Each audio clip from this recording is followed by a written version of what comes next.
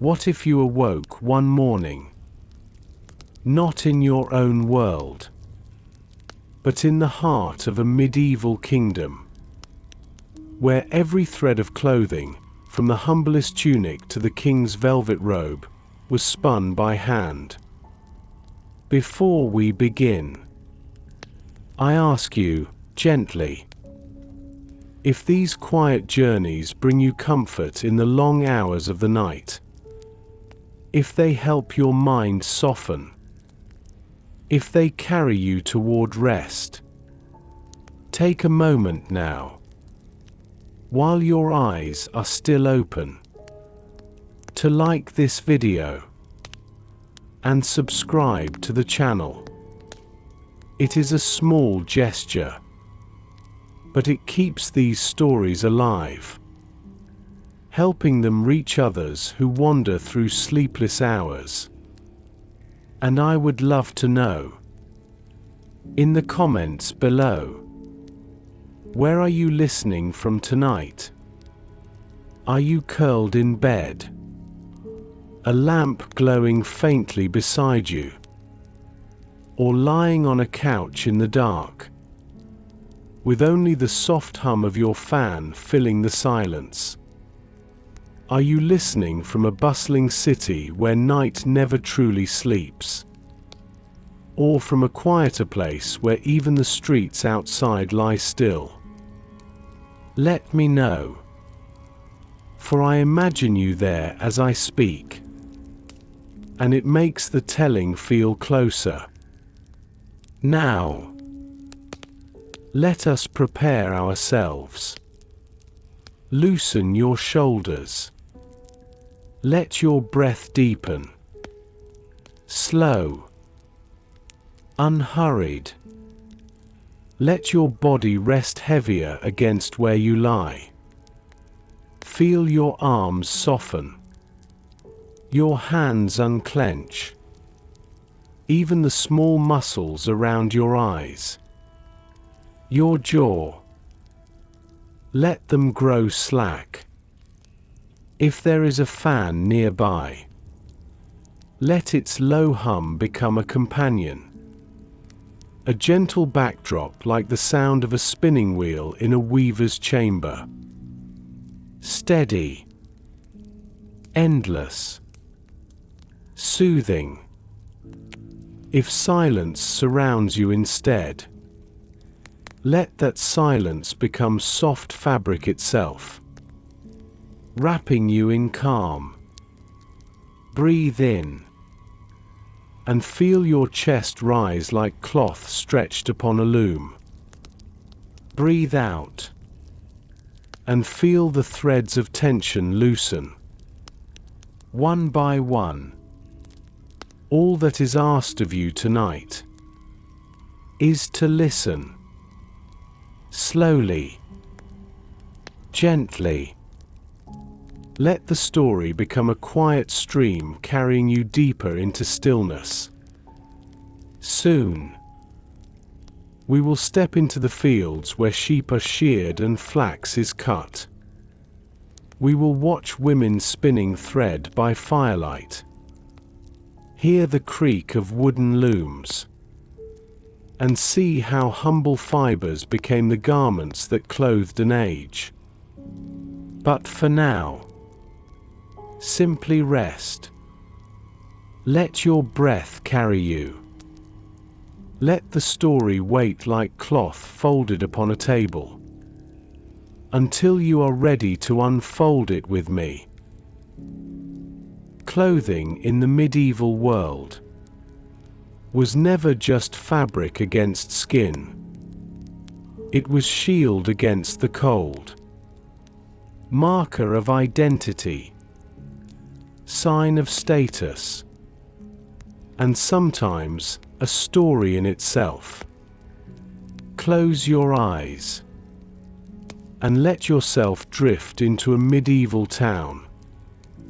The streets are narrow, cobblestones uneven beneath the feet, houses leaning close as if whispering across the way. The air smells of hearth fires and bread. And everywhere, the sound of life carries softly. Look closer. And what catches the eye first is not only faces, but garments. For in this world, what a man wore spoke of who he was. The peasant, bent over his cart of turnips, his tunic plain wool, dyed a muddy brown or faded grey, sturdy hose wrapped to his legs, feet bound in leather shoes hardened by work, clothing not made to dazzle, but to endure, every stitch meant for labour in field or market. Beside him passes a merchant, his cloak brighter, dyed deep blue with woad, a belt of leather polished smooth, a small pouch of coins hanging from it, his shoes softer, his hose cleaner, his tunic cut with a little more care, enough to show that his trade has prospered.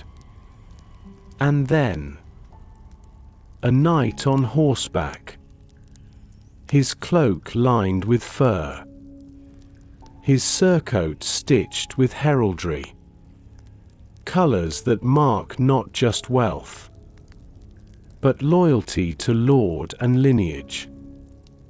The horse itself draped with cloth bearing the same device. Even in passing, his garments speak of rank, of power, of place in the order of the world.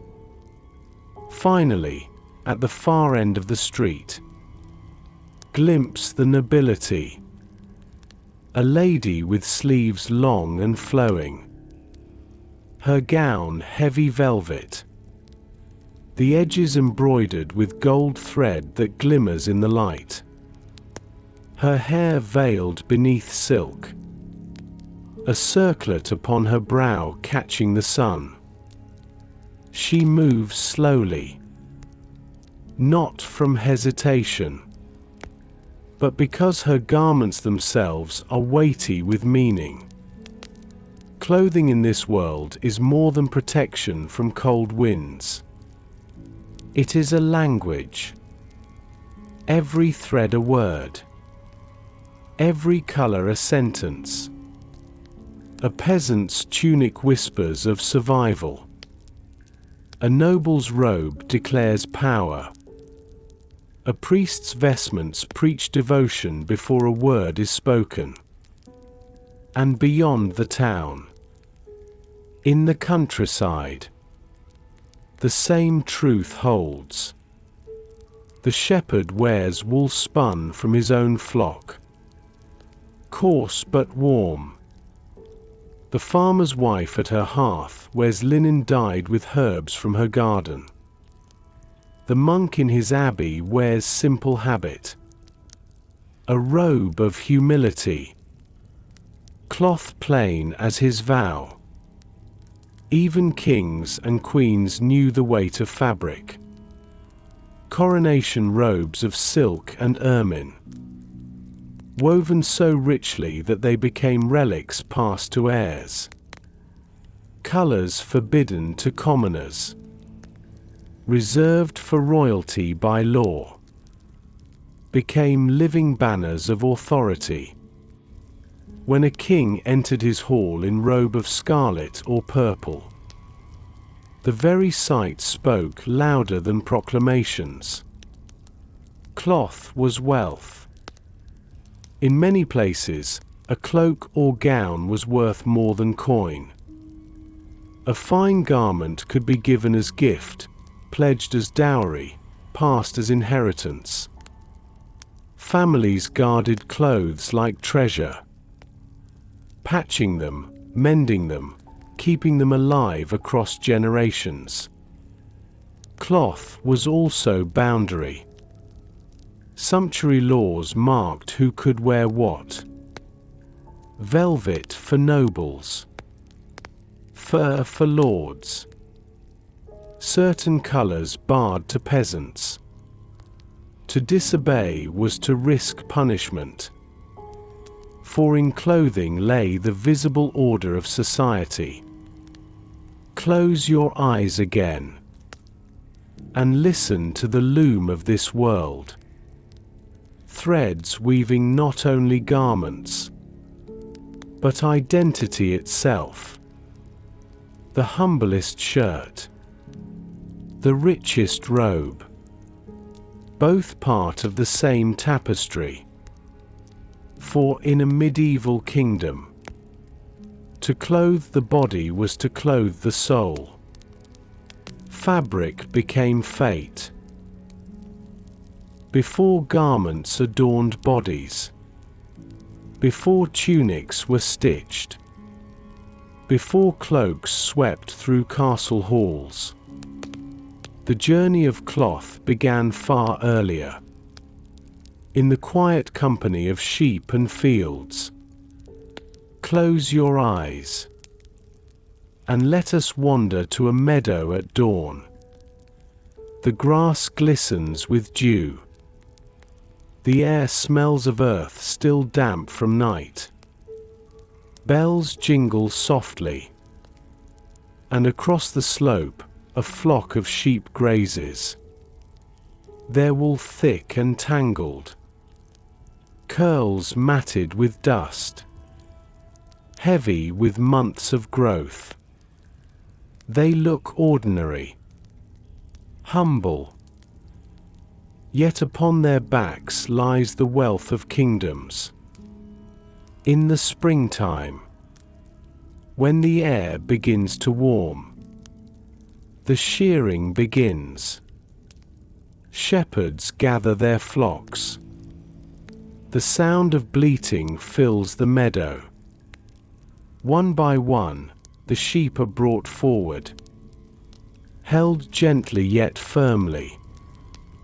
The shearer bends low, a pair of long iron shears in hand. With slow, practiced motion, he cuts close to the skin. Great sheets of fleece rolling away like clouds pulled down from the sky. The sheep shivers lightly as its burden is lifted, freed from the weight of winter.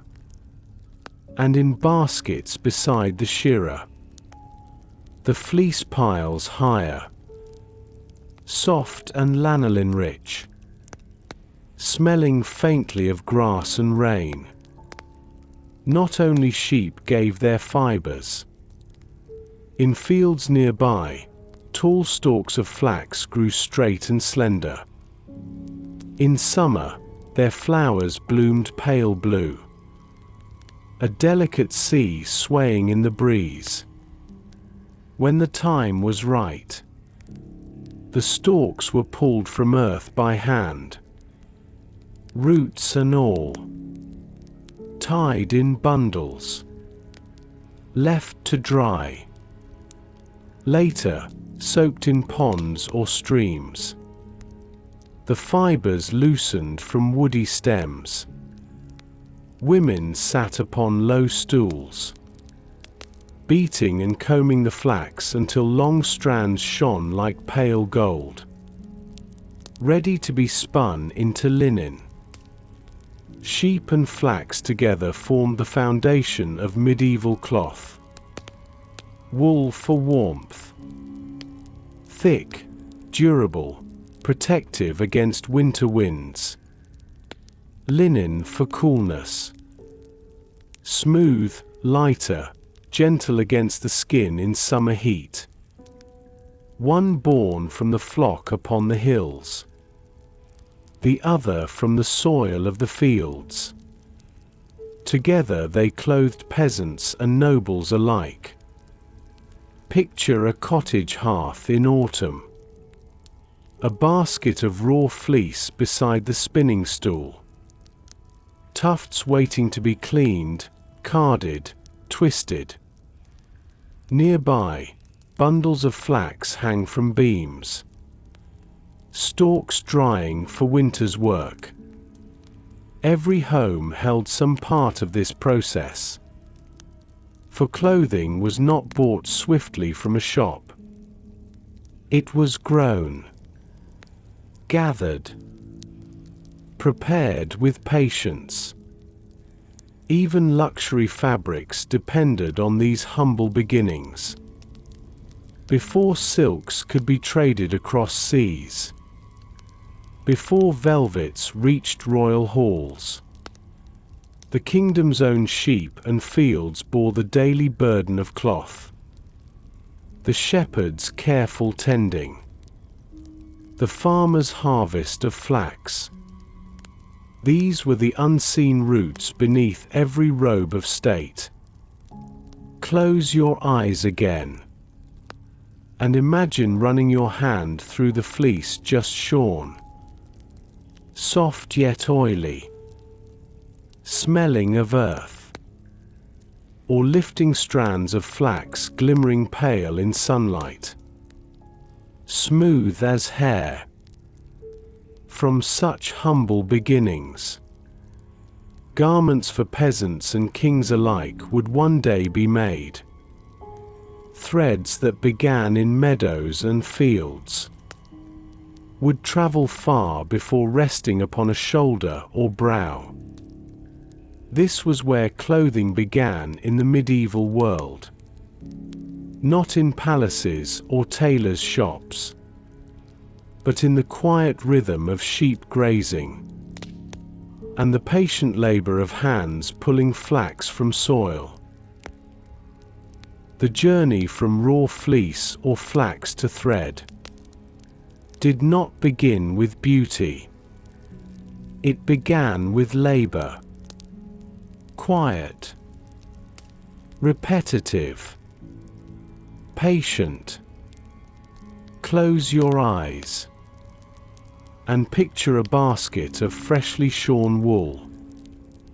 It is heavy in the arms, soft yet tangled, clumped with burrs and bits of straw, smelling of lanolin and meadow air. It cannot be spun yet. It must be cleaned. Women gather near the stream, kneeling with buckets and tubs. They plunge the fleece into cold water, squeezing, soaking, rinsing away dirt and grease. The water clouds with soil. Bits of hay drift away. Hands work slowly, squeezing again and again, until the wool lightens, until it smells less of sheep and more of clean air. The fleece is laid upon stones to dry in the sun, spread wide like a blanket of cloud upon earth. Once dry, the work of carding begins. 2 flat paddles, bristled with small iron teeth, drawn against one another. Locks of wool are caught between, teased apart, untangled. The fibers stretch into soft sheets, smoother, more uniform. The sound is steady, teeth scraping lightly, rhythm repeating like the turning of a wheel. Carding transforms the messy heap into something ready to twist into thread. Nearby, flax waits its own preparation. Bundles dried until stalks crackle when bent, then soaked again. Retted in ponds or troughs until fibers loosen from woody stems. The smell is sharp, earthy. The water tinged dark, once softened. The stalks are beaten with wooden mallets. The sound dull, steady, fibers breaking free, falling into pale strands that glimmer like sunlight on hair. Combing follows. Long iron spikes driven into wooden boards. The flax is drawn through again and again. Tangled clumps give way to smooth bundles, silky to the touch. Each stroke straightens, aligns, polishes the strands until they shine like threads of gold. In cottages across the kingdom, these tasks fill long evenings. Children pick burrs from fleece, tossing them into the fire. Mothers and grandmothers card wool together, voices low with songs or prayers. Bundles of flax combed by lamplight, fibers falling like fine rain into baskets. The rhythm of hands transforms raw nature into readiness. Nothing is wasted. Coarser wool becomes stuffing for cloaks or mattresses. Shorter flax fibers woven into sacks or ropes. Every part of sheep and stalk finds purpose. For in a world where clothing is precious, nothing is thrown away. The process is slow, repetitive, but in its slowness there is calm. Each stroke of card against wool, each pull of flax through iron teeth, is a meditation of its own. Generations pass the skill down. Mothers teaching daughters, grandmothers guiding children's hands. The knowledge lives not in books, but in the quiet rhythm of practice. Close your eyes again, and imagine the cottage filled with this work. The crackle of fire in the hearth, the scrape of paddles carding wool, the soft voices weaving stories while hands weave readiness. The air filled with the scent of warm wool drying near the fire. Flax fibers shining pale in candlelight. This is the true beginning of clothing. Not in courtly chambers, but in these humble tasks.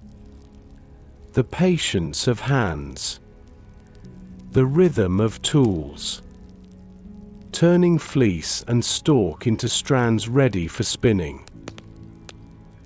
The wool has been cleaned, carded, softened into clouds of fiber.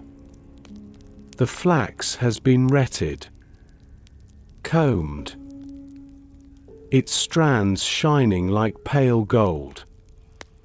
Now, both wait for the hand that will twist them into thread. Close your eyes and picture the spindle, a slender stick of wood, weighted at one end with a whirl of clay or stone. Simple, humble, yet powerful enough to transform the raw into the refined. In cottages across kingdoms, in castles, in monasteries, the spindle spins endlessly. A woman draws a tuft of wool from her basket. She teases the fibers gently, pulling them into a loose ribbon. With practiced fingers she twists the end, attaches it to the spindle. Then with a flick, the spindle begins to spin, dangling, whirling in the air.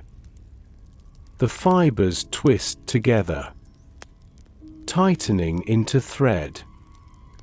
Her hands move with steady grace, pulling more fibers, feeding them into the twist. The thread grows longer, winding onto the spindle as it fills.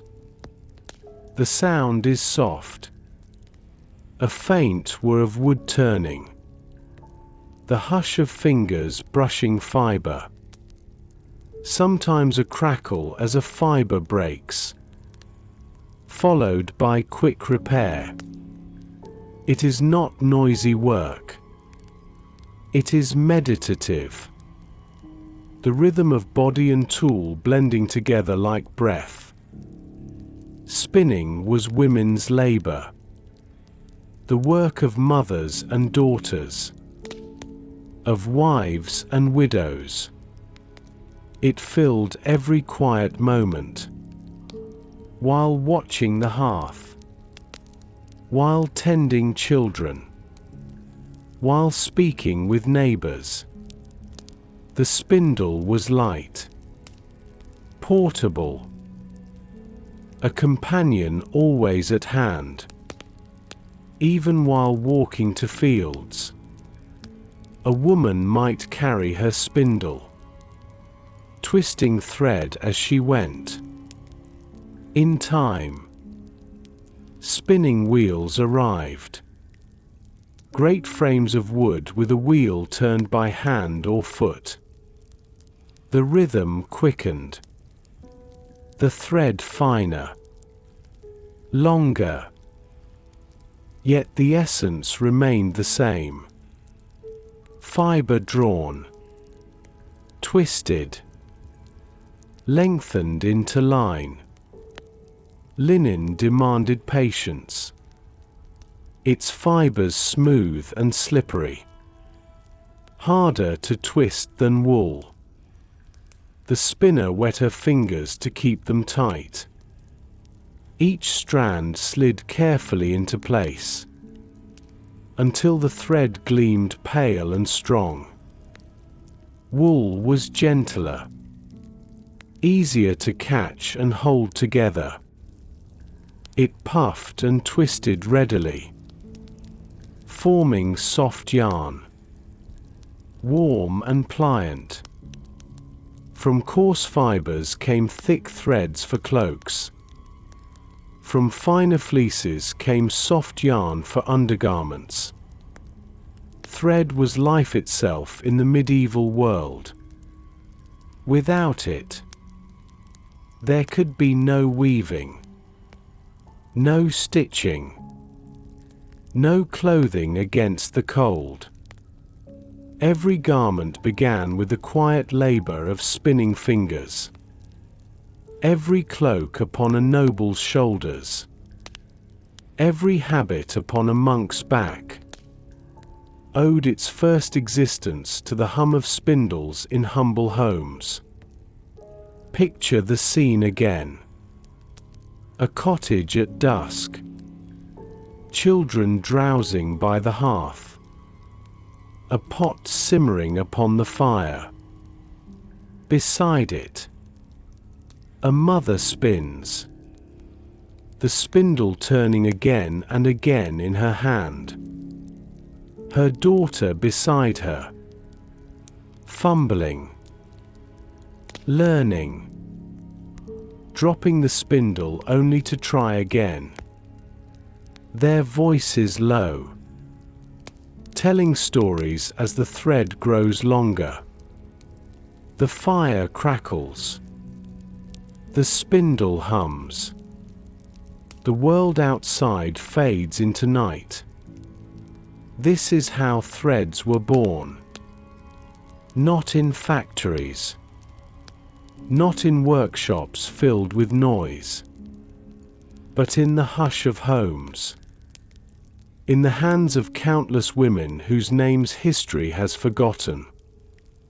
Their patience, their rhythm, their endless spinning, became the hidden heartbeat of kingdoms.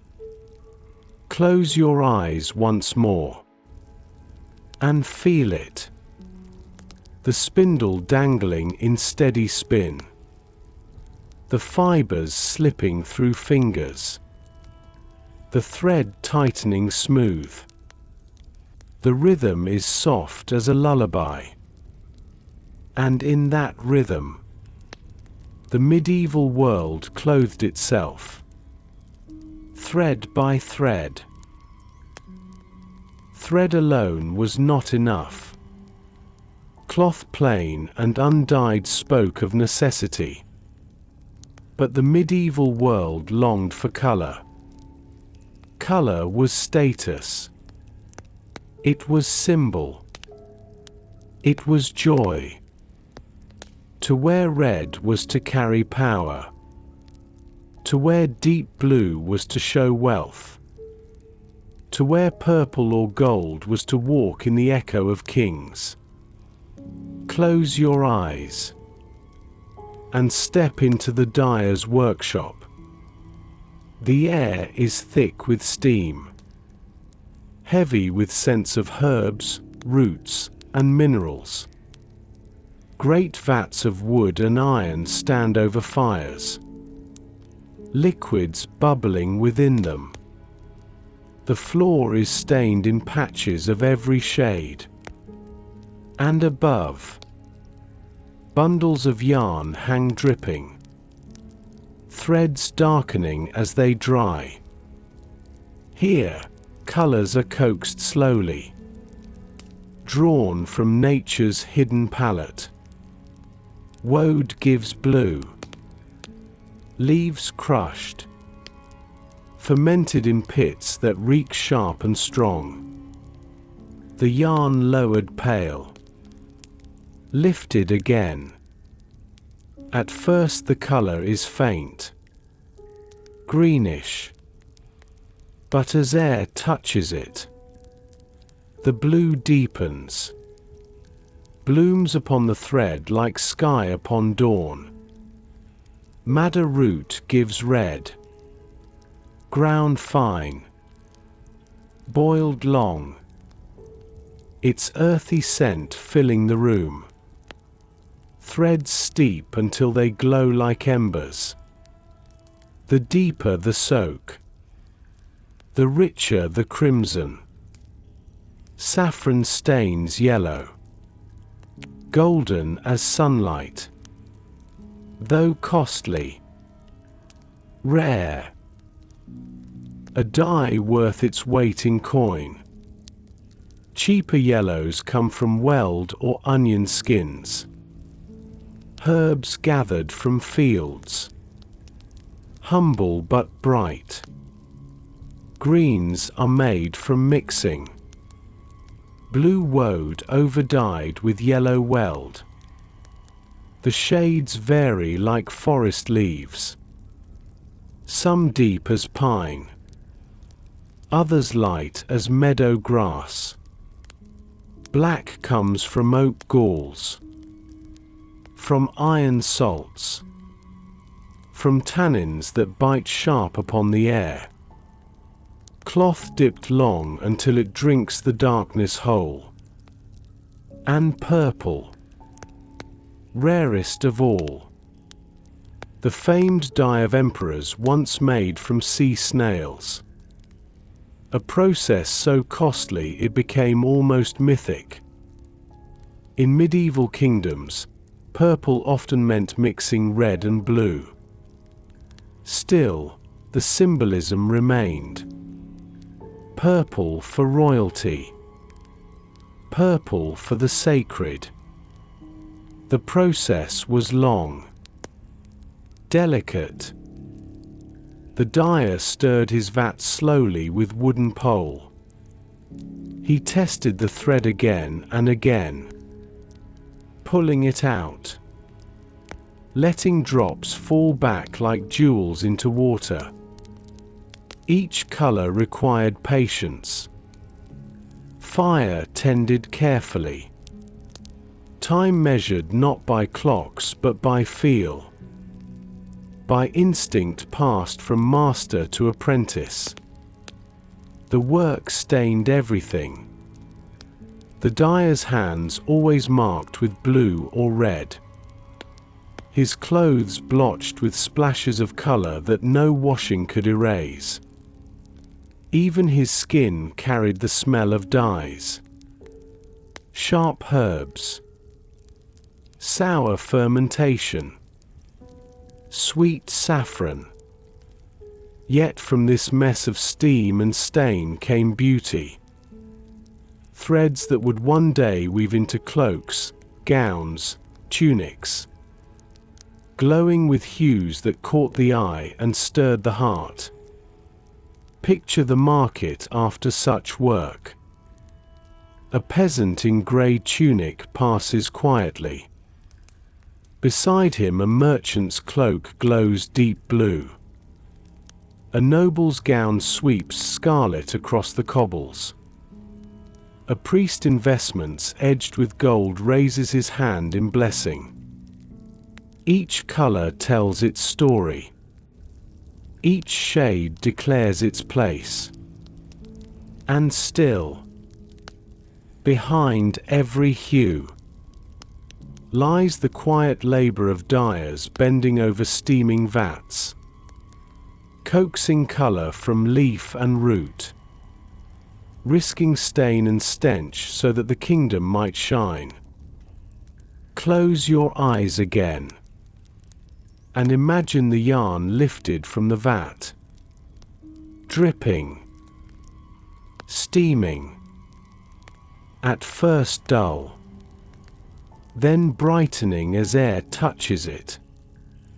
A miracle unfolding slowly before your gaze. This was the alchemy of the medieval world.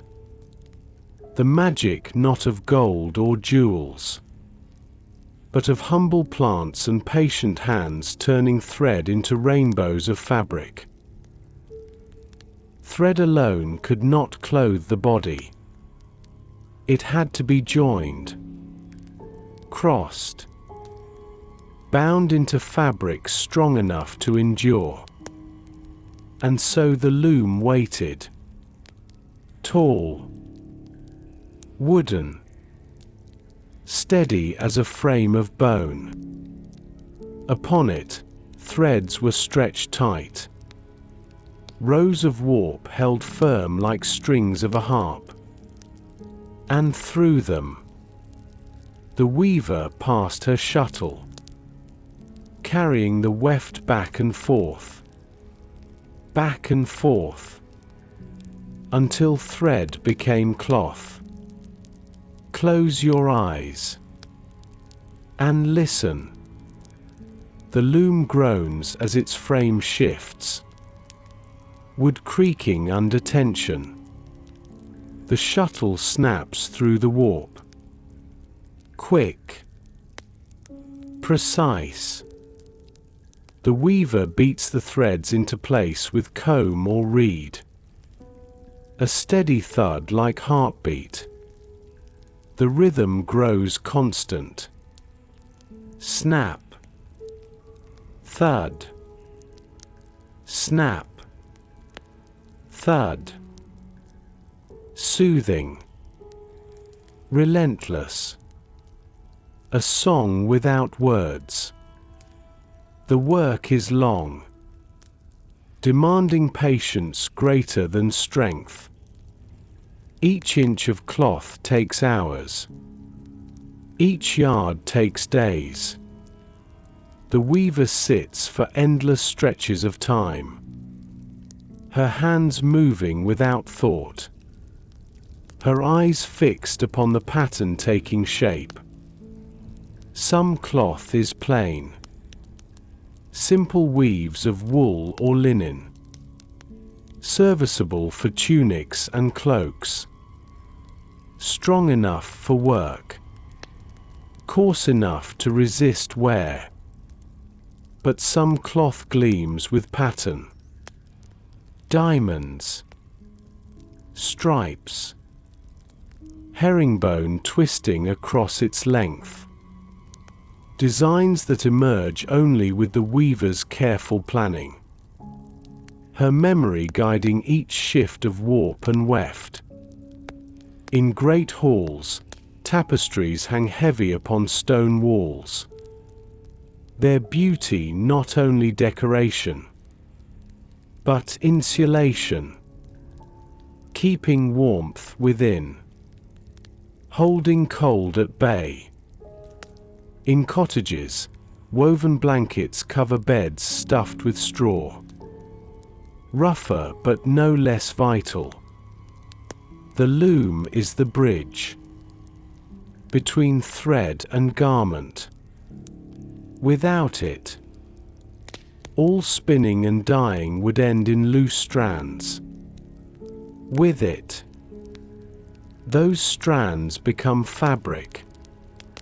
Fabric that can be cut, stitched, shaped to body and season. The sound of weaving fills the village as much as bells or market cries. In some homes, a loom takes nearly all the space, its tall frame towering beside the hearth. Children play at its edges, slipping through its legs, their mothers seated before it hour after hour, their fathers repairing the wooden frame when it groans. The loom becomes not only tool, but presence.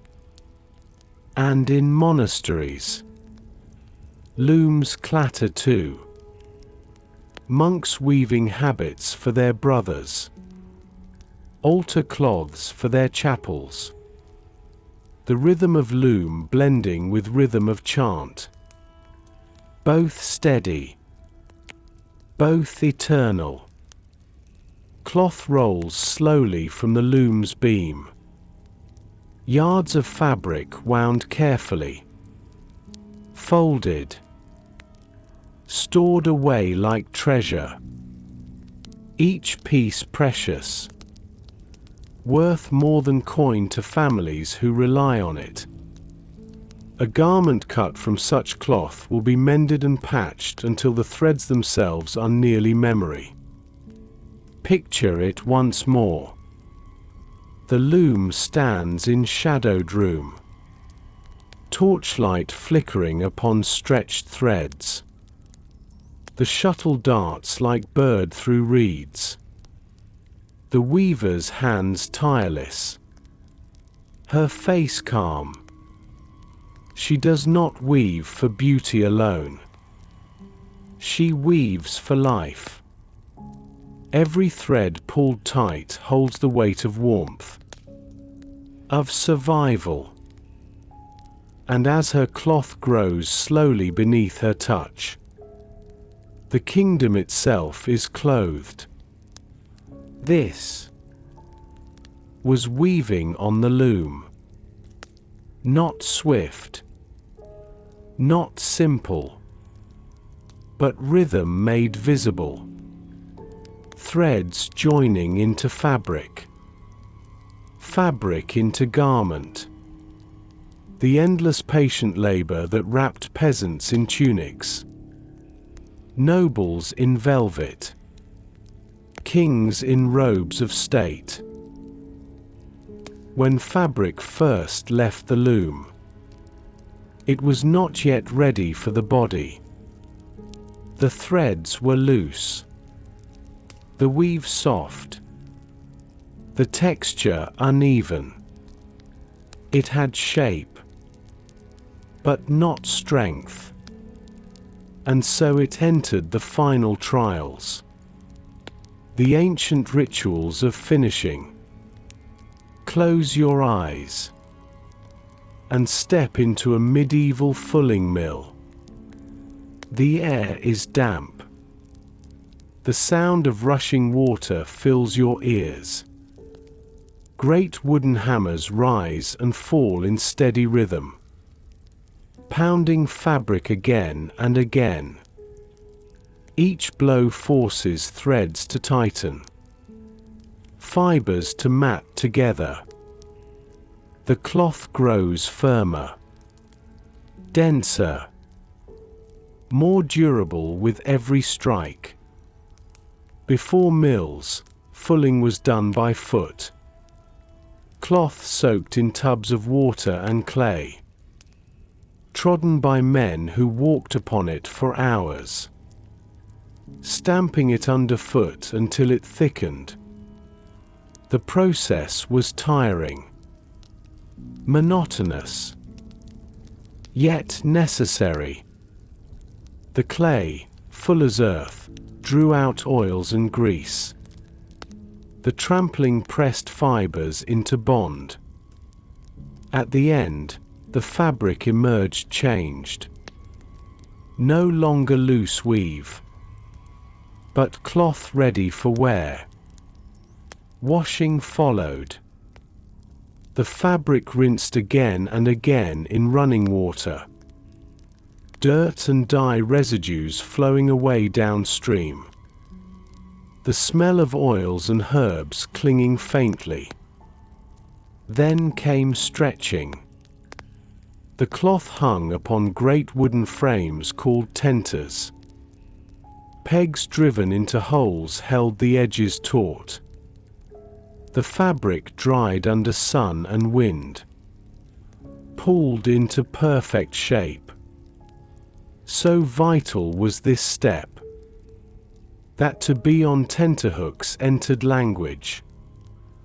Meaning stretched to the limit, held in place by pressure. As the cloth dried, men passed hands across its surface, feeling for flaws, weak threads, knots that needed trimming. Scissors snipped loose ends. Combs brushed nap until it lay smooth.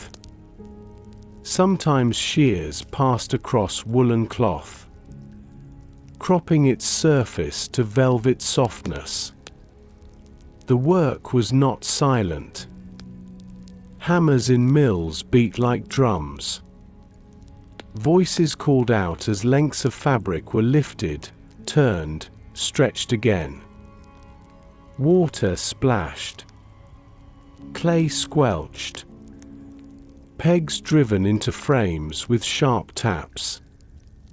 And yet, behind the noise was a strange calm.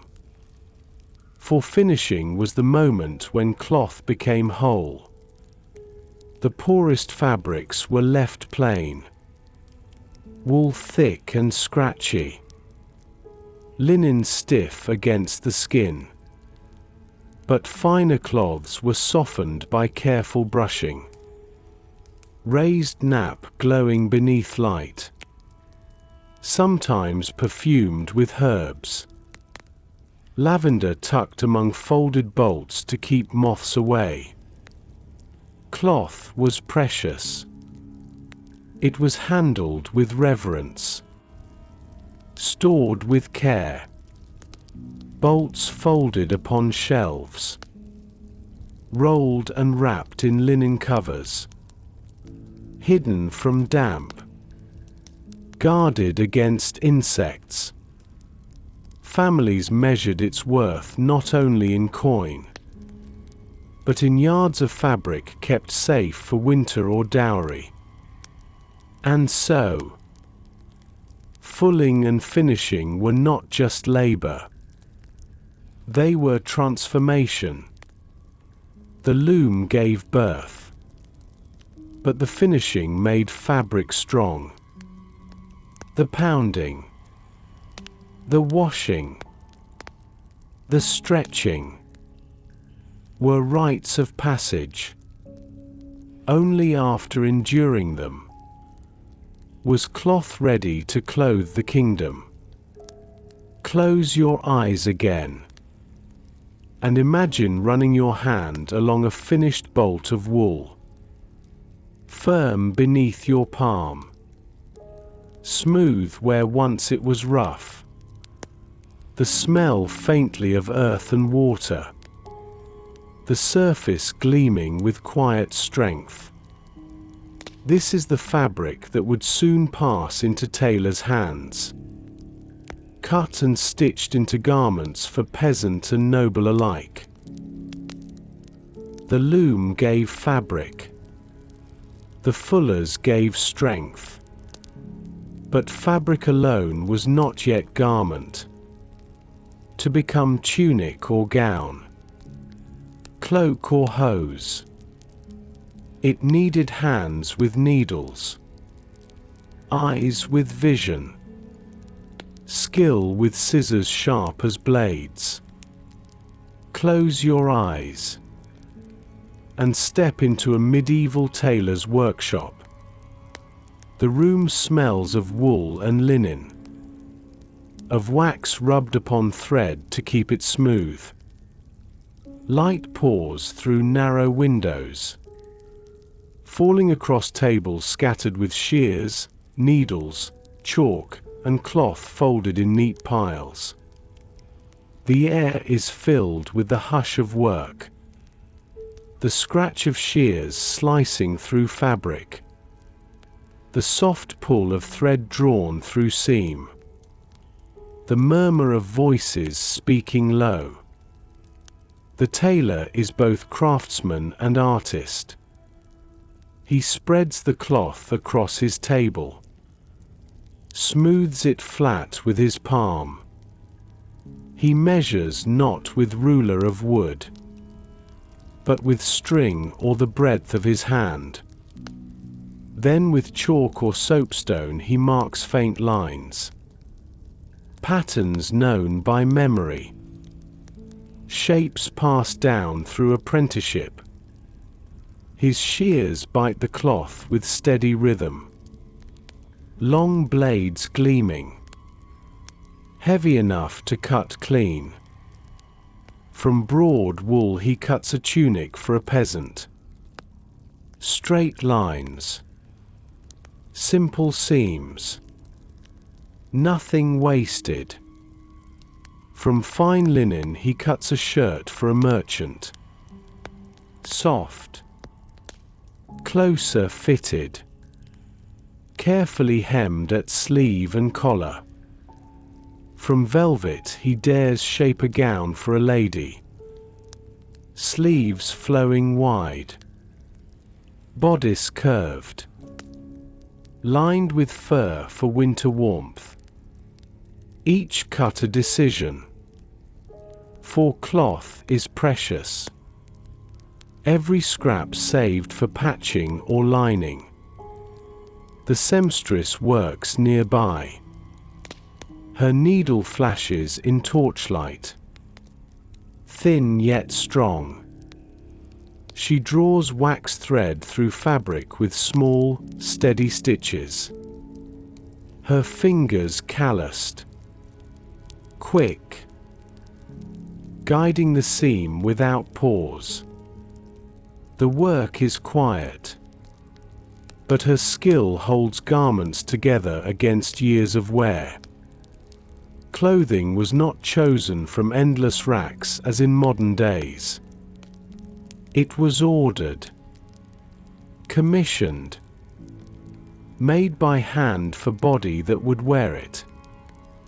The fit was not perfect as today's fashion might demand, but it was personal, shaped enough that the garment sat right upon shoulder and waist. For peasants, much sewing was done at home. Mothers and daughters stitching simple tunics. Fathers patching hose with clumsy but useful seams. The tailor was called upon only when something finer was needed. But for nobles and royalty, the tailor was indispensable. He guarded patterns like secrets. He stitched silks brought across seas, embroidered cloth with gold thread, fitted garments to display status as surely as jewels. Garments grew from layers, A linen shirt next to skin, soft and washable. Woolen tunic above it, sturdy and warm. Hose pulled tight upon legs, bound with garters at knee.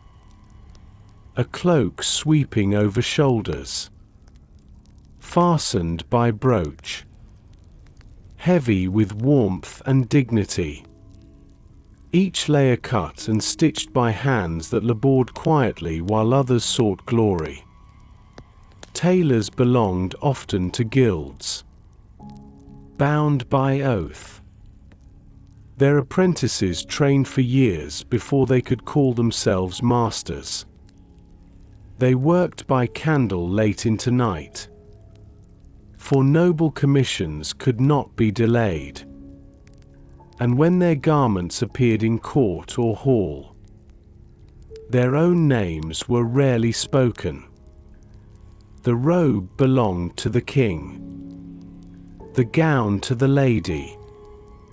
The tailor's craft vanished into the beauty of the cloth itself. Close your eyes again and picture the moment. A bolt of cloth laid flat upon the table, shears slicing through with steady rhythm, chalk lines guiding the hand, needles flashing in quiet room, thread slipping stitch by stitch. Slowly, piece by piece, a garment takes shape, a tunic that will shield a farmer in field, a gown that will turn heads in banquet hall, a cloak that will mark knight or king before his people. The tailor and seamstress do not stand upon the stage of history, but without them, the stage would be bare. Their needles stitched the very image of the medieval world, thread by thread, seam by seam, clothing a kingdom in silence. In the great tapestry of the medieval world, most threads belonged not to kings, not to nobles, but to peasants, the countless men and women who tilled fields, herded sheep, baked bread, carried wood, and their clothing, though humble, was as vital to their survival as sword was to knight, crown to king. Close your eyes and walk through a village at dawn. The air is cool. Mist still clings to the thatched roofs. Smoke rises in thin trails from cottage chimneys. A farmer bends to lift his hoe, his tunic plain wool, dyed brown with simple herbs. The cloth is coarse, heavy, but it keeps him warm against morning chill. Around his waist a leather belt, from which hangs pouch and knife, tools as necessary as bread. His legs are bound in hose, stitched from rough cloth, patched again and again where knees wore thin. Over his shoulders a cloak drapes, pinned with wooden clasp, pulled tight when winds bite sharp. His shoes are leather, stiff, worn down by months of walking the same fields, mended by hand until no more leather remains to save. Nearby, his wife tends the fire at hearth. She wears a linen shift beneath her gown, the linen soft against skin, easier to wash when stained. Above it, a woolen dress, sleeves narrow at wrist, skirt long enough to brush against floor of cottage. An apron tied around her waist bears marks of flour and ash, for it serves as shield against labor. Her head is covered by wimple, or simple kerchief, hair hidden modestly as law and custom demand. Children scamper barefoot in warmer months, clothed in tunics cut down from parents' old garments, their sleeves too long, their hems uneven, but their laughter makes light of what is lacking. In winter they are wrapped in whatever scraps can be spared, cloaks patched with fur if fortune allows, otherwise wool layered thick. Every garment is patched, repaired, worn until fabric thins to nothing. Clothing is treasure in a peasant household. When one cloak wears out, its fabric becomes hose. When hose are too ragged, scraps become rags. Rags become stuffing for bedding. Nothing wasted, nothing left unused. Dyes for peasants are simple. Browns from walnut, yellows from onion skins, dull greens from herbs at edge of fields. Bright scarlets or deep blues are rarely seen. Too costly, too marked by law as belonging to higher ranks. The village world glows not in jewel tones, but in the earth's own palette. Yet there is dignity in these clothes. The farmer's cloak holds warmth against storm. The shepherd's tunic shields against brambles. The housewife's apron guards her gown from fire and flour alike. Function shapes form, and in that function lies quiet grace. At feast days, clothing is brightened, tunics brushed clean, cloaks patched anew, a ribbon tied at sleeve, a sprig of herbs pinned for scent. Simple touches, yet they make the village glow like a field of wildflowers. For peasants knew joy too, and their garments carried it as surely as noble silks did in great halls.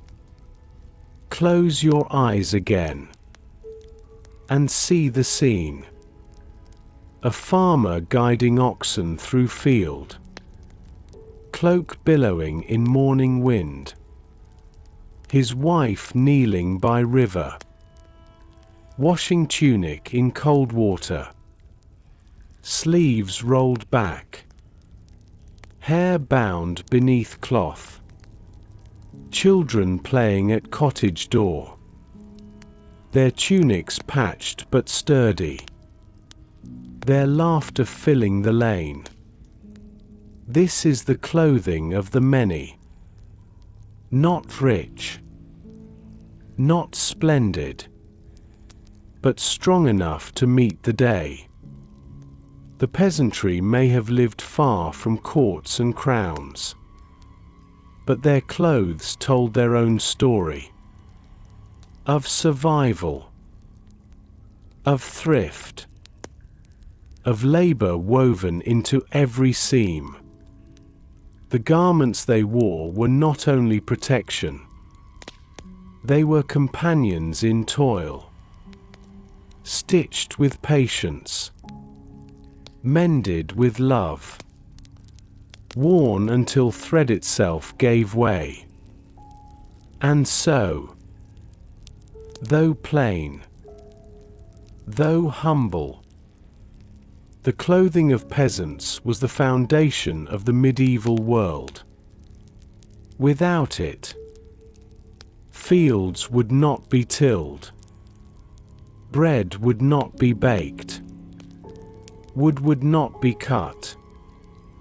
Their tunics and cloaks clothed not only bodies, but the very heartbeat of kingdoms. If the peasant's cloak spoke of survival, the noble's robe spoke of power. Clothing for the nobility was not simply warmth against winter. It was language. Every fabric chosen, every color displayed, every stitch of embroidery whispered of wealth, status, lineage. Close your eyes and walk with me into the great hall of a castle. Torches flare against stone walls. Banners ripple high above. Nobles gather beneath the high roof, their garments as varied and dazzling as the stained glass of a cathedral. A lord steps forward, his tunic heavy velvet, dyed crimson deep as wine, the sleeves lined with fur from distant lands, ermine or sable, animals hunted far and near. Around his waist a jeweled belt gleams, its clasp fashioned of silver shaped like lion's head. His cloak flows behind him, trimmed with gold thread that catches every flicker of firelight. When he moves, the fabric itself speaks. This man has wealth, this man has power. Beside him, a lady glides with measured grace, her gown long, flowing, the skirt trailing behind her upon rushes strewn across the floor. The bodice fitted close, laced with precision, the sleeves long as rivers, opening wide so they spill in cascades of silk. Upon the fabric shines embroidery, vines of gold thread, tiny pearls stitched into petals of flowers. Her veil is silk so fine it seems spun from mist, pinned with a circlet of silver set with garnet. Every fold of her garment declares nobility. Not merely beauty, but authority made visible. Fabrics themselves told stories. Velvet, thick and lush, reflected candlelight like water stirred by breeze. Brocade carried patterns woven directly into its threads. Flowers, beasts, heraldic devices, woven as though cloth itself remembered family pride. Silk flowed smooth, brought by caravans from the east. Precious, delicate, worth its weight in silver. Wool remained too, but spun and woven finer. Dyed into brilliant colors peasants could never dream to afford. Color was guarded as closely as treasure. Scarlet, deep and bold, spoke of wealth and command. Blue, dyed deep with imported indigo, became a mark of nobility and of the Virgin's sacred protection. Purple, though rare, reserved itself for kings and high clergy. Even simple white, in fabric of linen or silk, gleamed with meaning. Purity, refinement, the luxury of keeping such cloth unstained. Sumptuary laws guarded these divisions. A commoner who dared wear fur or silk risked punishment. For clothing was boundary as much as beauty. One look across a hall, and status was known instantly. The noble's robe distinguished him as surely as crown distinguished king. At feast days and ceremonies, garments grew even richer.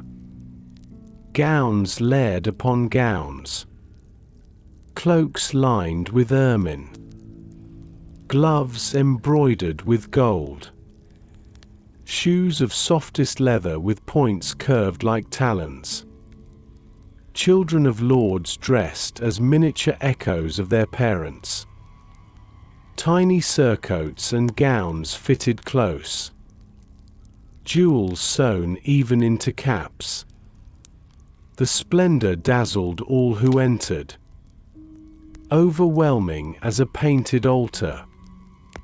And yet, beneath the finery lay truth. These garments were heavy, warm in halls but cumbersome in heat. They were costly to maintain, requiring servants to brush, mend, perfume, and guard them against moths. They bound the noble body as tightly as duty bound the noble soul. For though cloth spoke of freedom to rule, it also chained the wearer to appearances that could not falter. Close your eyes again, and see the hall alive with color. Velvets glowing scarlet and blue, silks shimmering like moonlight, furs white as snow upon shoulders, the rustle of skirts upon stone, the gleam of jewels stitched into hems, the quiet whisper of admiration or envy as one gown outshines another. This is clothing not for survival, but for spectacle. Not for work, but for command. The peasant's tunic may have carried earth's smell, but the noble's robe carried the weight of lineage. Every seam a boundary, every fold a proclamation. Clothing the nobility was clothing power itself. If noble garments spoke of wealth, the robes of kings and queens spoke of eternity. Clothing for royalty was not simply worn. It was ceremony in itself. Every fiber chosen carried weight. Every color echoed power. Every jewel sewn into hem declared rule ordained by heaven. Close your eyes and walk with me into a royal chamber. The air is heavy with incense. Torches burn steady against carved stone. Upon a table lies a robe prepared for a king. The fabric velvet, deep crimson, thick enough that it seems to hold its own light. The lining pure ermine. White fur dotted with black tails, soft as snow. Gold thread winds through seams, stitching not merely fabric, but sovereignty. When the king steps forward, servants lift the robe, drape it across his shoulders, fasten it at chest with clasp shaped as lion. The weight is immense, more than garment. It is burden of rule itself. As he walks, the fabric sweeps behind him. A train carried by attendants. The robe speaks before he does. It tells all who look that this man is crowned by more than human hand. Beside him, the queen is no less radiant. her gown of silk imported from Byzantium. Dyed violet, a shade reserved for the rarest occasions. Embroidery curls across its surface. Vines of gold thread, blossoms of pearls stitched one by one. Upon her head, a veil of silver mesh falls like mist, pinned with diadem encrusted with sapphires. Her garments are not merely adornment. They are proclamation of dynasty. At coronations, the robes grow yet more dazzling. Cloth of gold unfurled, fabric woven with actual threads of metal, shining in torchlight as though the sun itself had descended to the hall. Cloaks embroidered with saints and angels, reminders that divine blessing clothed the ruler as surely as the fabric upon his back. Each fold heavy, almost impossible to move without aid. Yet that was part of the point. For kings were not meant to move as common men did. They were meant to embody weight of kingdom itself. Royal wardrobes held not one or two such robes, but dozens. Gowns for feast, for ceremony, for procession. Tunics of silk lined with fur for winter courts. Cloaks of velvet edged with jewels for audiences with foreign envoys. Shoes of softest leather dyed crimson or green. Gloves embroidered with thread fine as hair. Belts studded with gems that glittered even in shadow. Every garment accounted for, stored in guarded chambers, inventoried as carefully as gold or silver. Yet these robes were not only for display. They held political weight. To gift a cloak of scarlet to a vassal was to grant favor, to permit him into the outer circle of power. To deny a garment at ceremony was to remind him of his place. Clothing became diplomacy. Fabric became currency. Even death did not strip royalty of their robes. Kings were buried in garments chosen to echo eternity. Queens entombed in gowns embroidered with prayers, their wardrobes extending beyond life, into the memory of the realm. And still, beneath the velvet and silk, beneath the ermine and jewels, they were men and women who felt the same tug of fabric upon shoulder, the same warmth of fur in winter air. But the world never saw them as such. For once robed, they ceased to be simply bodies. They became symbols. Close your eyes again, and imagine standing in a royal hall. The king seated upon throne. Crimson velvet spilling across the steps. Gold thread blazing like captured sunlight. The queen beside him. Silk gown shimmering with every small breath. Diadem glowing in torchlight.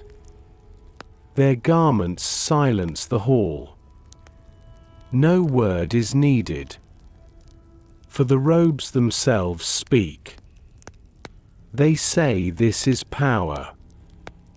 This is rule. This is kingdom clothed in flesh. The royal wardrobe was more than collection of garments. It was woven authority. It clothed not only rulers, but the very image of monarchy. And in its folds, Entire kingdoms saw the shape of power itself. Behind every robe in the castle, behind every tunic in the village, behind every bolt of cloth rolled and stored, stood the guilds. They were the hidden spine of medieval clothing, the guardians of knowledge, the keepers of rules. Close your eyes and walk with me through a medieval town. The streets are alive with sound, bells tolling the hour, traders calling their wares, wheels clattering upon cobbles. And there, among the butchers, bakers, and smiths, stand the houses of the cloth guilds. The Weavers' Guild, where great looms stand tall in echoing halls, apprentices bending low under their master's gaze. The Dyers' Guild, where vats steam and bubble, colors rising like alchemy from roots and leaves. The Tailors' Guild, where shears glint and needles flash, garments measured, cut, and stitched under oath of craft. Each guild a family, each bound by oaths and rules older than memory. No man simply declared himself a master. He began as apprentice, a boy of 12 or so, given into care of master craftsmen. He swept floors, fetched water, prepared tools. Slowly, under watchful eyes, he learned the secrets. The rhythm of loom, the balance of dies, the patience of stitch. Years passed before he could rise to journeyman, and more years still before he might attempt his masterpiece. A work judged by elders of guild. Only if it met their strict standard could he be called master, and only then could he open his own shop, hang his sign upon the street, take apprentices of his own. The guilds guarded not only skill, but quality. They set rules for how cloth must be woven, how wide a bolt must measure, how colors must hold. A dishonest merchant who stretched cloth too thin, or sold dyes that faded after first wash, was punished, fined, sometimes expelled. For the guild's reputation was the lifeblood of trade, and trade was the lifeblood of towns. They guarded secrets jealously, recipes for dyes hidden from outsiders, patterns of weaving kept within the guild hall. Knowledge passed from master to apprentice like flame from candle to candle. In this way, the craft endured, unbroken through generations. Guilds also cared for their own. If a member fell ill, the guild helped him. If he died, the guild buried him with honor, supported his widow and children. Guild brothers stood at one another's side in court and in church. They were not only co-workers, they were family bound by oath and craft. Power grew from such unity. In some towns, guilds held sway over councils, shaping law as surely as kings shaped kingdoms. They sponsored feasts, carried banners in processions, built chapels adorned with saints dressed in the very garments they wove and stitched. The pride of craft became the pride of community.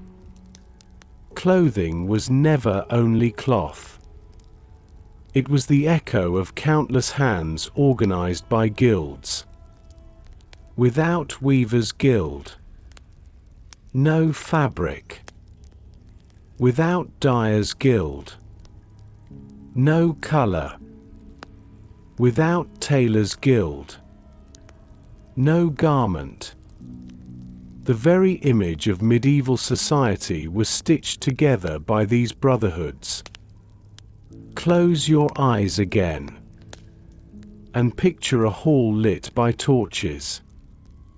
Guild masters gathered at long table. Apprentices standing nervous at edge of room.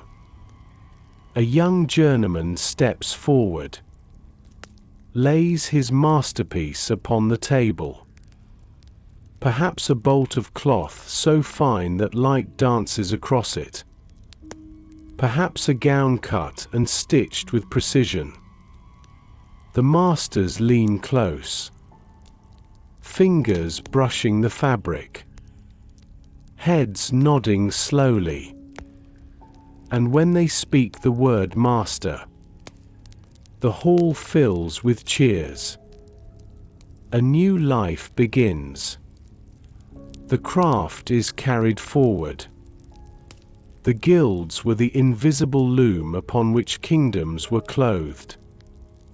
They wove not only fabric, but the very structure of society.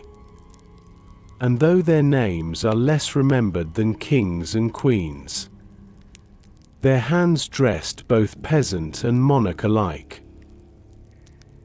Cloth in the medieval kingdom was not simply fabric. It was wealth. To own fine garments was to hold treasure as real as coin. To pass them on was to secure inheritance as lasting as land. Close your eyes and walk with me through a market. Stalls brim with baskets of apples, wheels of cheese, iron tools glinting in sun. Yet above them all hangs the true luxury. Bolts of cloth, rolled and stacked high, wool dyed scarlet, linen pale as bone, velvet dark as night. The merchants guard them like jewels, for indeed they are jewels, woven not of stone, but of patience and labor beyond count. For most peasants, the cost of even a single new tunic was immense. They wore garments patched and mended until fabric thinned to near nothing.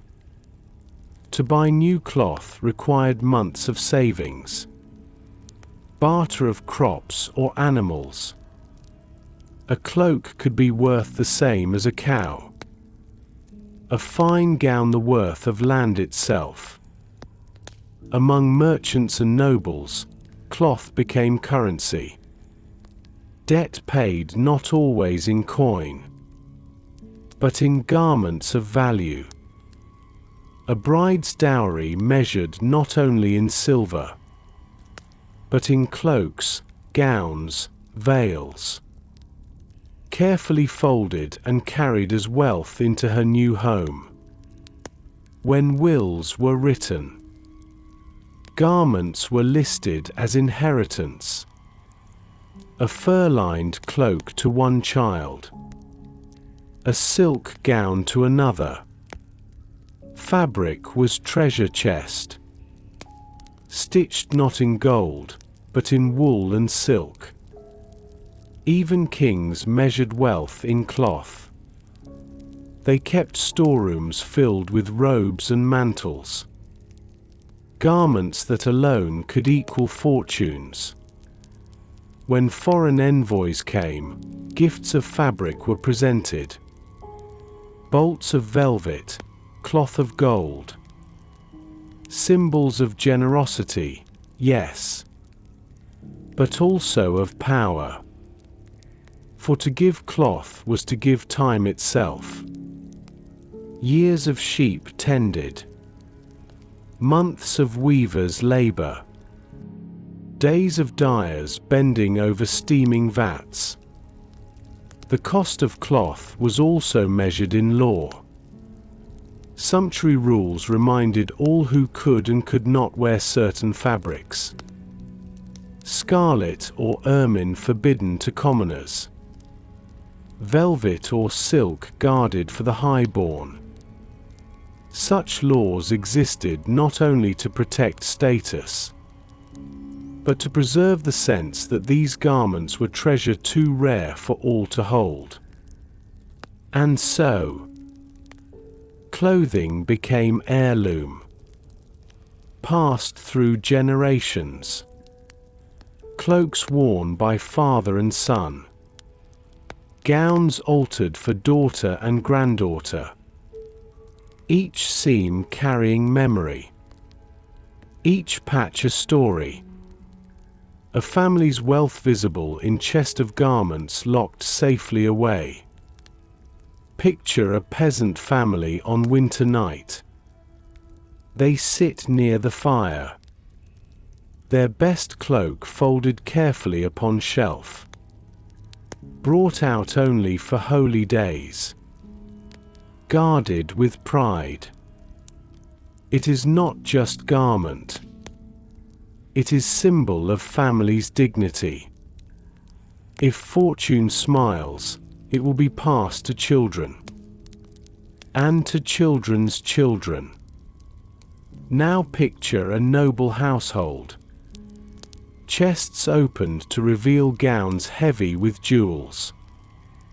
Cloaks lined with fur. Gloves stitched with gold. Their cost beyond counting. Enough to ransom a village or bribe a lord. Yet still guarded, still recorded. For cloth was more than fashion. It was fortune itself. Close your eyes again, and imagine running your hand across such fabric. Velvet deep, heavy, soft beneath your palm. Wool thick and warm, smelling faintly of lanolin and earth. Silk cool, smooth as water, flowing between your fingers. Each one priceless.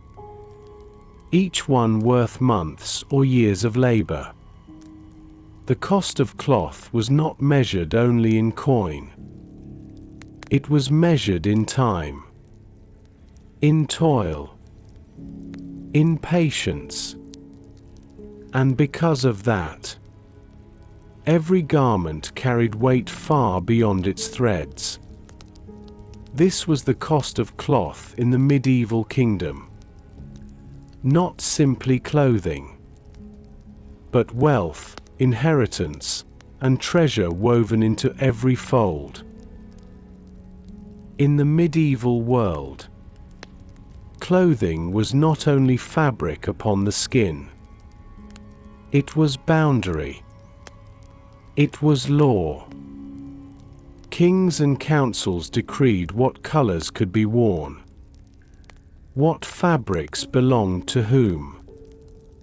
What garments were forbidden. And so, garments became visible markers of order. A living map of society stitched into every seam. Close your eyes and imagine a proclamation read aloud in a town square. The herald's voice carries over the crowd, declaring that no man of common birth may wear fur of ermine, that no woman below noble station may wear gowns of silk. The people murmur, some in resentment, some in awe. but all know that the words spoken carry weight as heavy as chain. For in this world, fabric itself was controlled. A knight might wear scarlet, a merchant only brown, a peasant only grey. Purple belonged to kings, velvet to nobles. Certain jewels stitched into garments reserved for highest ranks. It was not simply vanity. It was order preserved through sight. At a glance, one could know another's place. The lord distinguished from merchant, the merchant from peasant. The very threads upon their bodies carried the hierarchy of kingdom. Such laws reached even into weddings. A bride of common birth forbidden from wearing colors too bright, her gown plain linen or wool, while noble brides glowed in silk heavy with embroidery. Even in joy, order was preserved.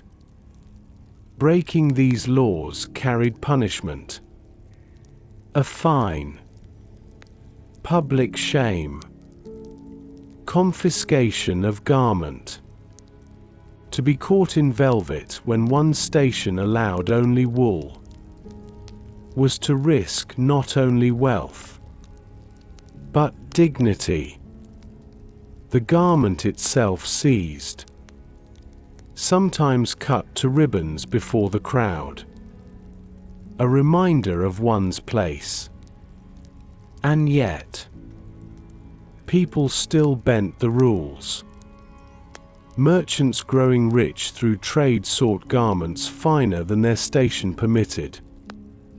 They commissioned tailors in secret, dyed cloth deeper, brighter, richer than law allowed.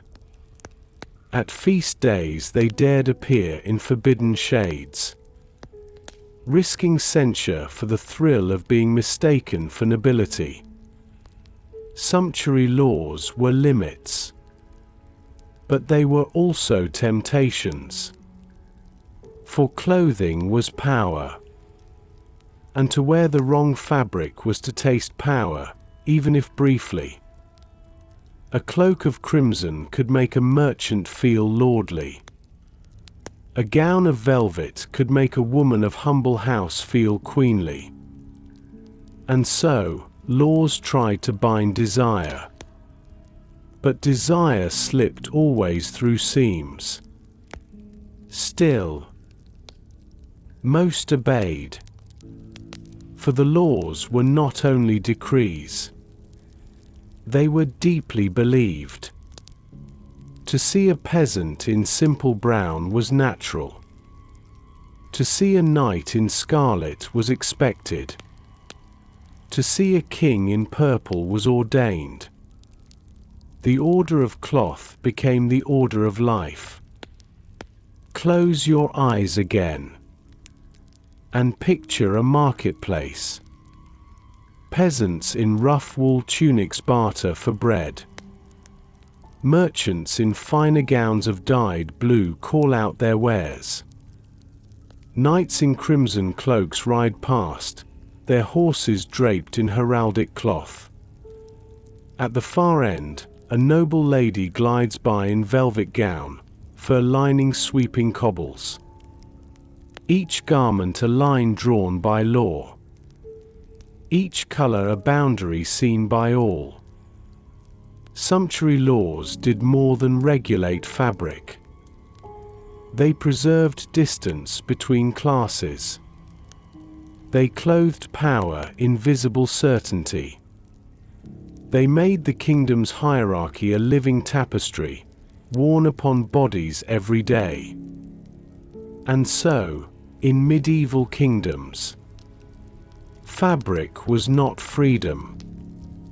It was command. It was law. Threads carried not only warmth, but decree.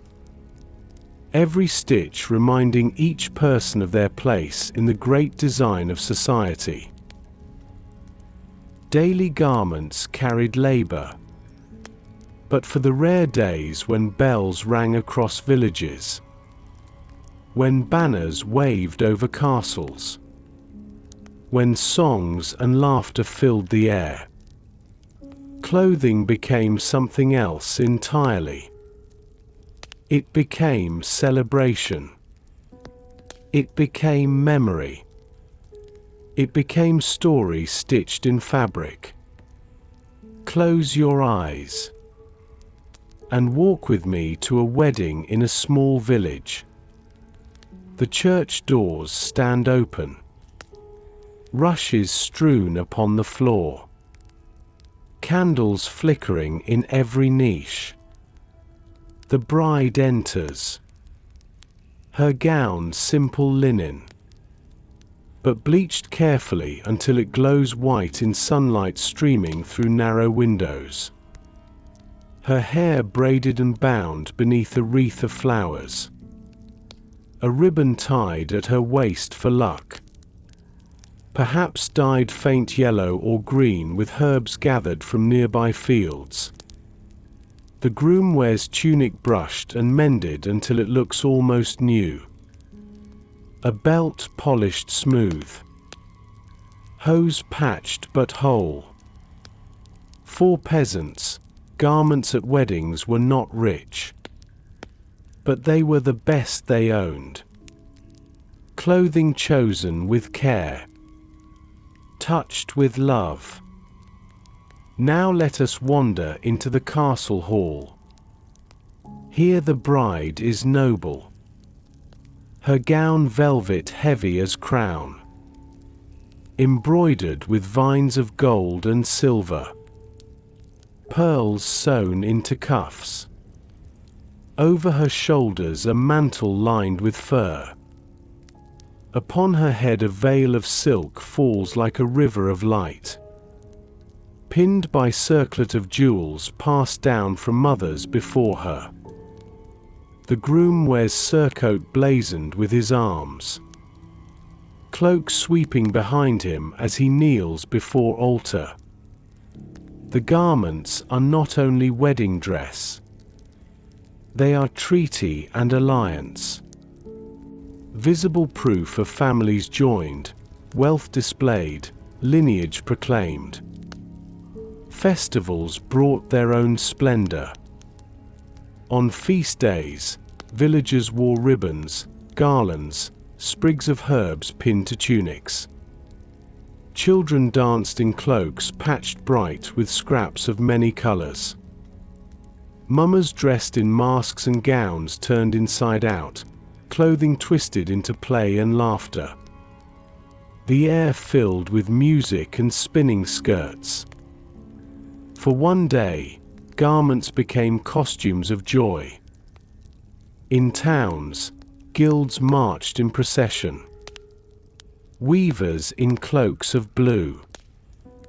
Dyers in gowns stained red and yellow from their vats. Tailors in tunics neatly stitched, showing pride in their work. Each guild carried its banner. And their garments, though plain, spoke of unity, of craft woven into community. In churches, holy days glowed with vestments. Priests in robes of silk, embroidered with saints in gold thread. Deacons in dalmatics dyed deep as the heavens. Altar cloths of linen, perfumed with incense, folded with reverence after Mass. Here, clothing was prayer made visible. Fabric sanctified.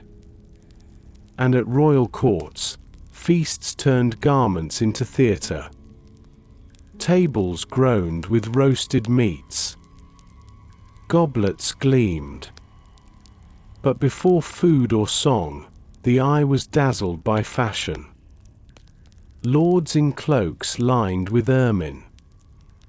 Ladies in gowns with sleeves long as rivers trailing behind them. Colours competed as fiercely as knights upon field. The feast was not only for palate, but for sight. Clothing at special occasions bound memory to fabric. The gown worn at a wedding was folded and kept, whispered of for years. The cloak worn at festival patched and carried into next celebration. The robe of priest perfumed with incense until even empty it spoke of prayer. Each garment held within its seams a piece of the day itself. Close your eyes again and see it. The bride in white linen stepping softly into church. The noble lady in velvet shimmering as candles flare against her gown. The peasant child with ribbon tied in hair, twirling until cloak flares wide. The priest lifting hands in silk embroidered with angels. The guilds marching proud in colours of their trade. Special occasions clothed the medieval world not only in fabric, but in memory. Threads carried joy. Seams carried reverence. And garments became keepsakes of life's rarest, brightest days. Clothing was treasure, not lightly cast aside, not quickly replaced. Every tunic, every cloak, every gown held value too dear to squander. And so the life of cloth did not end when first worn. It was tended, washed, patched, guarded like family itself. Close your eyes and picture a village stream at dawn. Women kneel upon smooth stones. Garments spread before them. They beat tunics against rock. Water splashing high. Soap made from ashes and fat foams in their hands. Sharp, earthy smell drifting on morning air. They scrub and rinse. Scrub and rinse. Until wool lightens. Linen gleams pale again. The water runs dark with dirt. Then clears, carrying the day's labor downstream. At home, clothes are hung upon hedges or laid across bushes to dry. Sun and wind soften them. The fabric warming under open sky. Children chase about, weaving between drying garments. Their laughter mingling with rustle of cloth in breeze. But washing alone is not enough. Garments wear thin. Seams strain. Elbows and knees fray with work. And so the mending begins. In cottages, women sit by firelight. Needles glinting in glow. They patch hose with scraps from worn-out tunics. They stitch tears closed with thread spun at home. Their fingers move with practiced ease, pulling old fabric back to life again. A cloak may bear dozens of patches, each one a story. One sewn hastily when winter winds arrived too soon. Another added carefully from cloth saved for months. Every patch a reminder of thrift, of care, of love woven quiet into garments' life. Even nobles cared for their garments, though by servants' hands. Robes brushed carefully with stiff bristles. stains sponged away with vinegar or wine. Silks folded with sprigs of lavender tucked between layers to keep moths at bay. Jewels unpinned, stored separately, stitched back when garment was needed again. What could not be saved was reshaped. A gown cut down for a daughter. A cloak trimmed and re-sewn into mantle for servant. In great houses as in cottages, cloth was never wasted. Shoes, too, were mended. Soles stitched with new leather.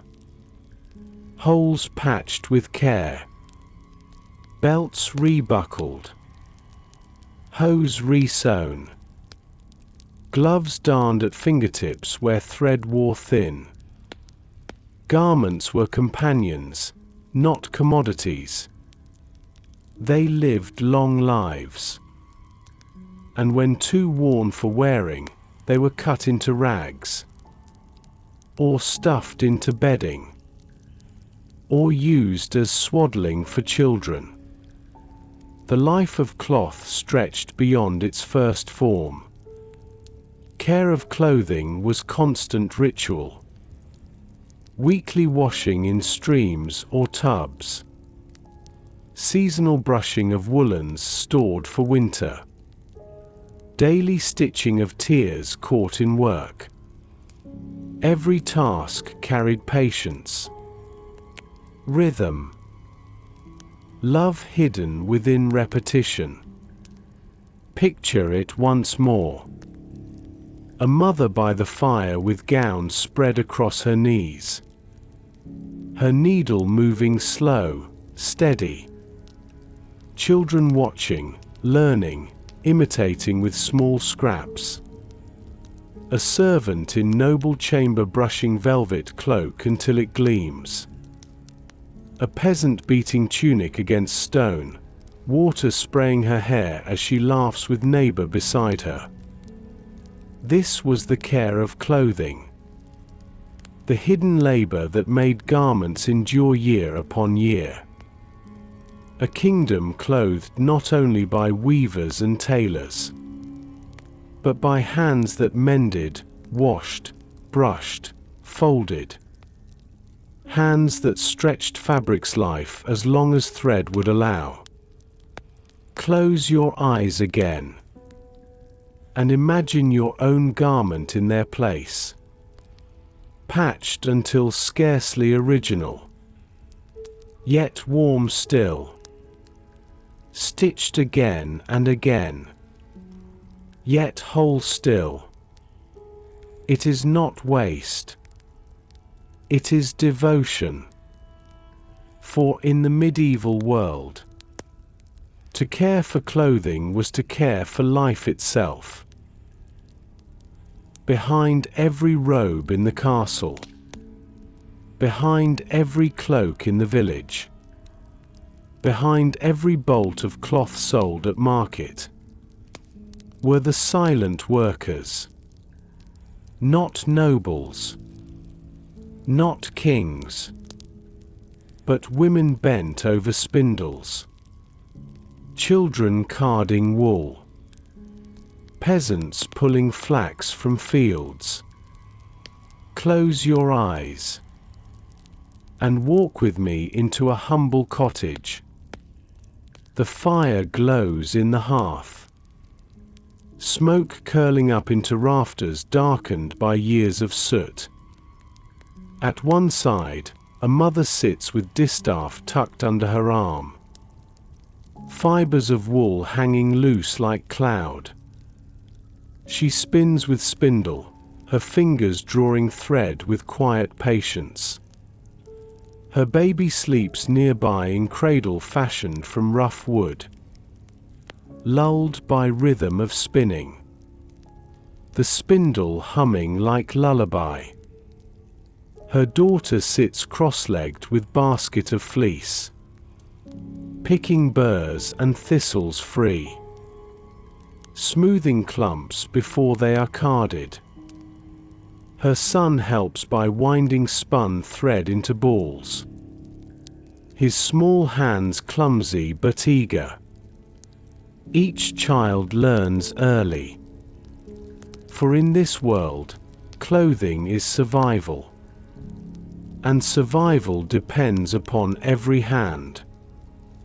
In fields, peasants stoop to pull flax by root, their backs aching beneath summer sun.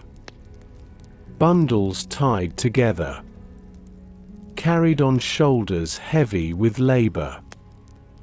They know this work is not for them alone. It feeds the looms of town, the wardrobes of nobility, the altars of cathedrals. Yet they bend, they pull, they bind. For such is their life. In towns, apprentices of guilds rise before dawn. They sweep floors of workshops, fetch water for vats of dye, carry bolts of cloth heavy as their own bodies. They labor in silence, watching, learning, their master's sharp eyes upon them. Years will pass before they are trusted with loom or shears. For now, they serve in shadows of the craft. Even in castles, servants bear garments to be brushed, washed, mended. They do not wear the velvet they carry. They care for it. Stitch its seams, guard it from moths, fold it into chests bound with iron locks. Their labor unseen when the cloak gleams upon kings' shoulders. Yet without them, the garment would falter, fray, fade. The silent workers left little mark in chronicles. No parchment records their names. No songs recall their toil. But they were the true weavers of kingdoms. Their patience spun thread. Their labor fed looms. Their care clothed peasants and princes alike. Clothing was the great equalizer of effort. Though divided by wealth, all depended on the same hidden work. The noble's robe of silk began with peasant's flax or shepherd's fleece. The bishop's vestments owed their brilliance to dyer's stained hands. The queen's velvet gown held together by seamstress stitching late into night by candles' glow. Picture it once more. A mother spinning as her children sleep. A boy tugging at flax stalks taller than himself. An apprentice brushing sweat from brow as he stirs dye vat steaming hot. A servant mending cloak with stitches so fine they vanish into fabric. These were the silent workers. Invisible in the hall. Unmentioned in the tale. Yet without them, there would be no tale to tell. Close your eyes again, and honor them for a moment. Hear the soft whir of spindle, the murmur of children's voices as they pick fleece clean, the splash of peasants' feet in flax pools. Smell the sharp tang of dye upon apprentice's skin. The faint singe of candle wax dripping near seamstress's thread. These were the sounds and scents of kingdoms clothed not by decree, but by quiet labor.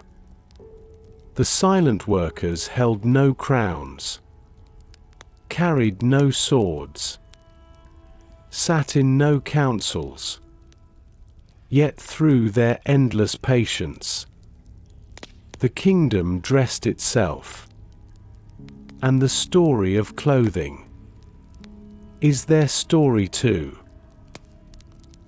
Clothing in the medieval kingdom was never only fabric. It was language, It was symbol.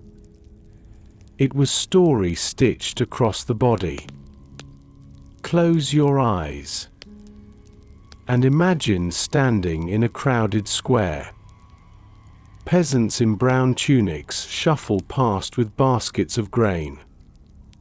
Merchants in cloaks of blue speak in quick tones, counting coins. A knight strides through in surcoat embroidered with lions, the crest of his house blazing bright. And at the far edge, a priest lifts his hands, his vestments glowing gold in sunlight. Without a word spoken, you know who each person is, for their garments speak louder than voices. To wear wool undyed was to proclaim labor, the honest toil of earth and field. To wear velvet was to show rank, to belong not to plough but to court. To wear silk was to declare wealth so great it touched distant lands. Clothing spoke identity before name was asked. It carried piety too. A monk's robe, plain, rough, unadorned, told of vows made to God. A nun's wimple and veil declared devotion. Humility wrapped around her like second skin. A bishop's vestments embroidered with saints spoke of sacred authority. Cloth itself became prayer. Clothing carried memory. The gown worn at wedding folded carefully into chest. Cherished for years, it seems stitched with memory of vows. The cloak passed from father to son bore not only warmth, but lineage. The garment itself was symbol of love, of continuity, of time stitched together. It carried power. A king's robe of crimson and ermine spoke of rule sanctified. A queen's gown of silk shimmered as promise of dynasty. Clothing was not mere adornment. It was crown woven into fabric. To strip a man of his garments was to strip him of identity. To cloak him in new ones was to raise him into role beyond himself. Even punishment carried symbols of cloth. The sackcloth of penance worn by sinner kneeling in church. The rags forced upon prisoner led through town square. Fabric became tool of shame as easily as of pride. The symbol of clothing reached beyond individuals. Guilds wore garments that bound them as brothers. Armies wore surcoats that carried banners upon their chests. Pilgrims wore badges stitched into cloaks to show the holy roads they had walked. The kingdom read itself through clothing. Colors spoke too. White of purity, red of courage, black of mourning. Every hue bore weight. Even the simplest thread could carry meaning when worn in right time, right place. Clothing was identity, memory, power, faith. It was tapestry not just of fabric, but of meaning. Without it, people would have walked unseen, unnamed, unclaimed by place or class or belief. Close your eyes again and see it all together. The farmer in his patched cloak, symbol of toil. The monk in his robe, symbol of vow. The knight in his surcoat, symbol of loyalty. The queen in her gown, symbol of dynasty. The child with ribbon tied at festival, symbol of joy. Each garment carrying more than warmth. each carrying meaning too deep to ignore. The medieval world clothed itself not only in fabric, but in symbols. And through those symbols, it found order, memory, faith, and power woven into daily life. Clothing in the medieval kingdom was never only wool and linen, never only silk and velvet. It was story. It was symbol. It was life itself. From sheep shorn in misty meadows, from flax pulled from summer fields, from roots boiled into dyes, from spindles humming beside hearths, from looms creaking in cottages and halls alike, from needles flashing in quiet hands, from guilds swearing oaths over benches of wood, from peasants patching tunics, to kings robed in cloth of gold. The kingdom was clothed by countless threads. Close your eyes and let the journey drift back through you. The shepherd guiding his flock at dawn, the woman washing fleece in cold stream water, the girl twisting spindle between her fingers as fire crackles nearby, the dyer stirring vat until colors bloom like secret alchemy, the weaver bent before her loom, shuttle darting, rhythm steady as heartbeat, the tailor cutting velvet across his table, shears biting clean, chalk lines vanishing into seam, the peasant warming beneath patched cloak on winter road, the noble sweeping through hall in gown heavy with jewels, the king upon his throne, crimson velvet spilling down steps, the queen with her veil of silk shimmering like mist, and behind them all, the silent workers unseen, their hands carrying weight of every garment worn, threads bound people to place, threads bound families to memory, threads bound kingdom to order and faith.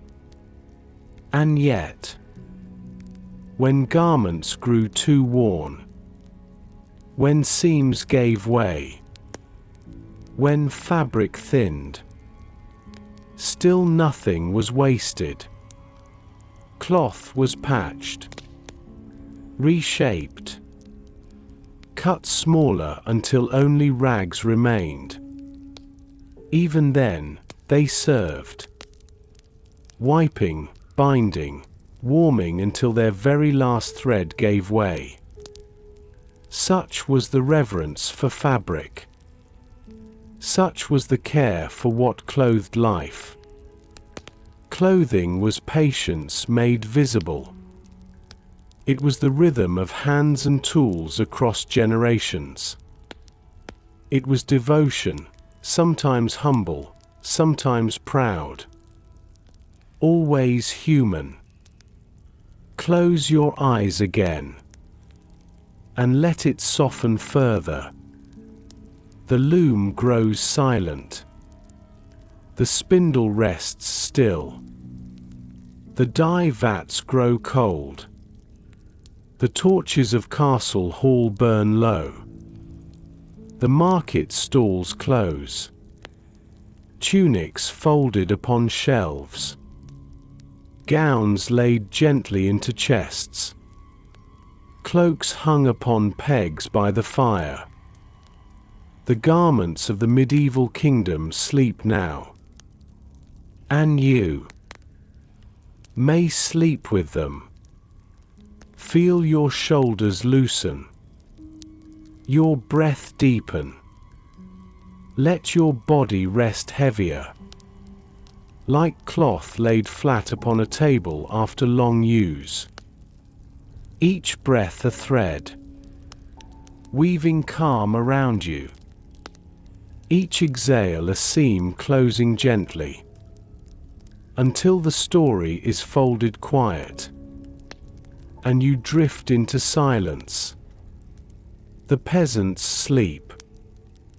The nobles sleep. The kings and queens sleep.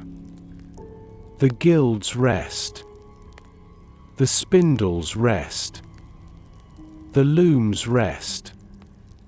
The whole kingdom lies quiet in its garments of memory. And you, dear listener, are part of that quiet now. Rest deeply. Dream softly. For the story is finished, and the cloth is complete. Sleep well.